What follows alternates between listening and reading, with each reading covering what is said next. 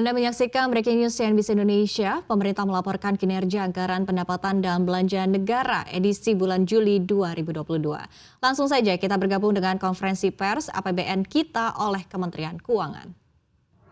Yaitu belanja yang non-affected by pandemi. Seperti diketahui tahun lalu kita melakukan carry over atau luncuran belanja modal karena tahun 2020 kita melakukan pengurangan belanja akibat fokusnya adalah pada pandemi yang baru tahun pertama. Sehingga menyebabkan tahun 2021 ada 18,5 triliun, yaitu yang warna hijau di sebelah kanan. Namun tahun 2022 ini sudah tidak ada lagi luncuran karena seluruh belanja modal sudah mulai mengikuti ritme normal lagi. Dan oleh karena itu belanja modal semuanya adalah dalam kondisi normal mencapai 56,8 triliun. Namun karena tahun lalu ada luncuran, kenaikan dari belanja modal dibandingkan situasi normal tetap merupakan pertumbuhan yang negatif, yaitu minus 20,8%. Kalau kita lihat belanja-belanja modal itu tetap fokusnya adalah pertama untuk pembangunan berbagai infrastruktur, jaringan jalan, irigasi, dan juga untuk gedung bangunan serta peralatan dan mesin terutama bagi TNI dan Polri. Untuk belanja non-KL yang besar seperti yang bisa diprediksi adalah untuk kompensasi dan subsidi. Untuk kompensasi yang di dalam APBN sebetulnya tadinya hanya 18,5 triliun, kita sudah tambahkan 275 triliun anggarannya dengan persetujuan DPR dan sudah ditulis di dalam Perpres baru tahun nomor 98 2022. Dan dari 18,5 plus 275 ini, kita sudah membayarkan 104,8 triliun, jauh lebih besar dari anggaran semula. Ini karena kita mau menahan tadi kenaikan harga listrik dan minyak dan gas agar tidak pass through ke masyarakat. Apabila di pass through itu akan sangat mengguncang dari sisi inflasi seperti yang terjadi di berbagai negara di dunia. Nah, namun memang ongkosnya sangat besar bagi APBN kita, yaitu 275 triliun untuk kompensasi dan untuk subsidi kita tambahkan 77 triliun. Jadi secara total hampir 350 triliun sendiri kenaikan untuk menahan harga BBM, gas, dan listrik. Untuk subsidi kita sudah belanjakan 96,4 triliun dari total anggaran 206,7 triliun plus 77 triliun yang kita tambahkan dalam anggaran subsidi. Kalau kita perhatikan tahun 2022 ini yang kita waspadai selain kenaikan subsidi karena faktor harga, kita juga melihat adanya kenaikan subsidi dari faktor kuantitas. BBM solar, metan mengalami kenaikan dari 6,1 juta kiloliter ke 7 juta, LPG 3 kilo naik dari 3 juta ke 3,2 juta.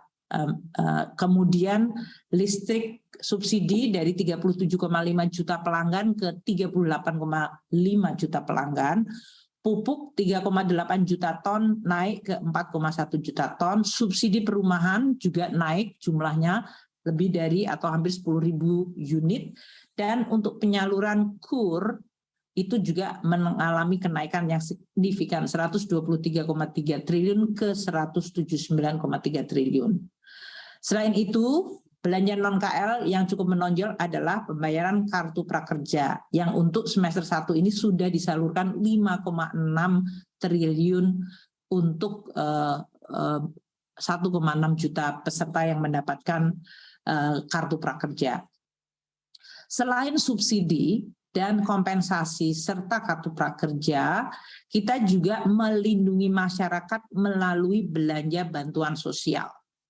Jadi masyarakat itu diberikan selimut dari mulai tadi kompensasi, subsidi, prakerja, dan bantuan sosial.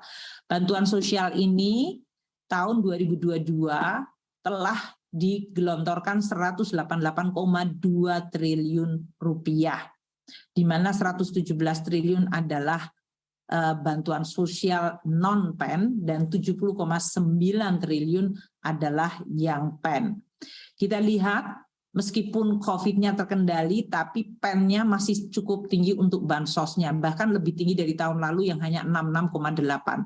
Ini artinya guncangan pasca pandemi atau dalam situasi pandemi sudah bisa terkontrol, ternyata tidak menyurut, tapi masih sangat tinggi. Sehingga kita perlu memberikan bantalan sosial yang sangat besar, yaitu mencapai 188,2 triliun rupiah, atau naik 5,1% dari tahun lalu. Bentuknya apa? Program tadi, prakerja, PKH, kartu sembako, BLT di desa, dan subsidi untuk mereka yang mendapatkan kredit usaha rakyat.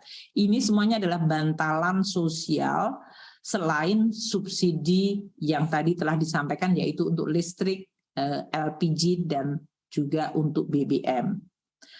Nah, anggaran untuk bidang kesehatan, karena COVID-nya semakin terkendali, kita bisa memprediksi juga akan mengalami pengendalian. Kalau kita lihat tahun lalu, kita harus membelanjakan 44 triliun sampai semester 1 untuk COVID. Tahun ini 28,2 triliun. Kita berharap tren dari COVID spending akan makin turun, sehingga lebih banyak spendingnya akan didominasi oleh non-COVID spending. Artinya belanja untuk bidang kesehatan tetap fokus untuk menjaga masyarakat, terutama untuk PBI, yaitu membayar jaminan kesehatan untuk mereka yang tidak mampu, kemudian juga untuk belanja operasi kesehatan, yaitu untuk membantu puskesmas di dalam rangka mereka memberikan pelayanan kepada masyarakat di bidang kesehatan. Juga untuk Badan POM, BKKBN, serta kementerian lain yang memiliki fungsi di bidang pemberian pelayanan kesehatan seperti TNI Polri dan BNPB. Realisasi untuk TKDD tahun ini sedikit menurun minus 1,8%. Ini yaitu mencapai 333,1 triliun atau 45,2% dari total alokasi. Kalau kita lihat dekomposisinya, terutama dana bagi hasil yang menurun cukup drastis dari 31,6 dalam hal ini ke 24,9. Namun kita lihat nanti akan ada pembayaran dari dana bagi hasil yang diakselerasi dengan kenaikan penerimaan negara akibat dari komoditas. Untuk DAU mengalami kenaikan 5%, yaitu 216,7 triliun dibandingkan tahun lalu yang 206,4.